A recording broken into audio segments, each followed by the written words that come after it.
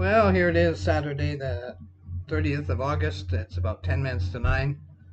Thought I'd give everyone a little video, let you know that, it's me in the flesh. Not gone. Might be down, but I'm not gone. Anyway, I'm slowly coming back to healthiness, which is going to be a few months, they say, which is all right. Oh, let's see. Let's go back to the 15th. I had a friend drive me down to the hospital. Bless her heart. She didn't have to, but she wanted to, and yeah, it was nice. It was really nice. Then I went through admission real quick, and they said, "Okay, go down the hall, turn left, second floor, go up to the surgery ward," and so that's what I did. And they basically got me into a gown and made sure I'd cleansed myself, and got me onto the table and wheeled me into the operating room. And of course, I cracked a joke. I never do that. Come on. And I said something to the effect of, I guess it's too late to go fishing, huh? Anyway, and then poof, I was gone. They put me out. That was my last recollection of anything.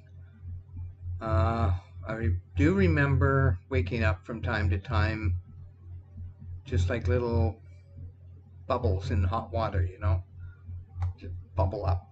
And it's like, and it's like, "It's okay, Mr. Hodges, you're in the whatever, you had heart surgery, we got a breathing tube in, and we're going to bring it out soon."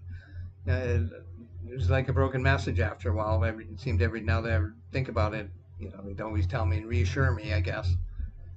Then I got to the point where I was awake enough that they were able to remove it, and that was good. That was an experience. Holy smokes, you're busy struggling trying to breathe. And I should tell you one thing about the breathing tube.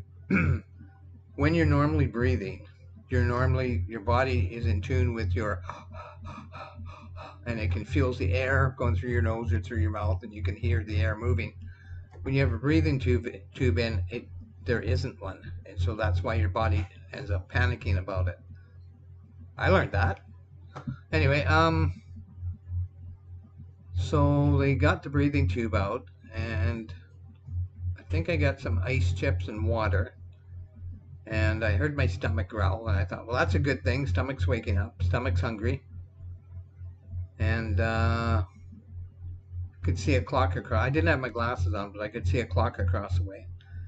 And just laying there and whatnot. And I think they gave me some pureed food.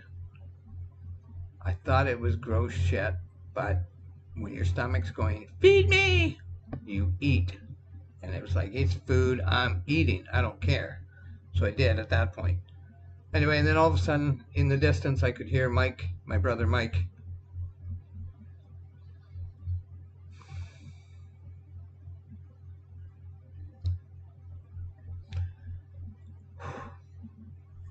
Sorry.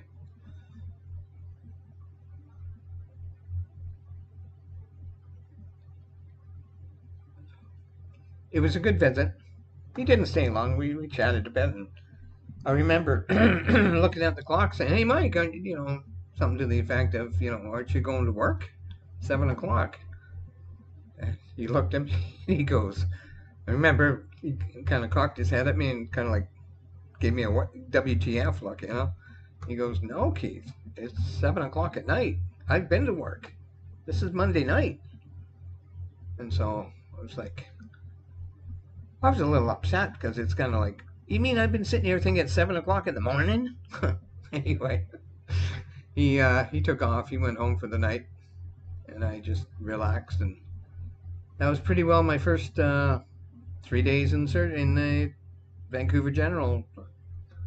But I hope to do more of these videos. I know this one's maybe a little chatty, but some of it I remember clear and some of it I don't, so I'm going to try and piece together what I can. But just let people know that I'm still around, and I've been out for a couple of walks today, so things are progressing in a positive fashion. Anyway, we'll talk later. Mouse, get over there. Get over there, friggin' mouse.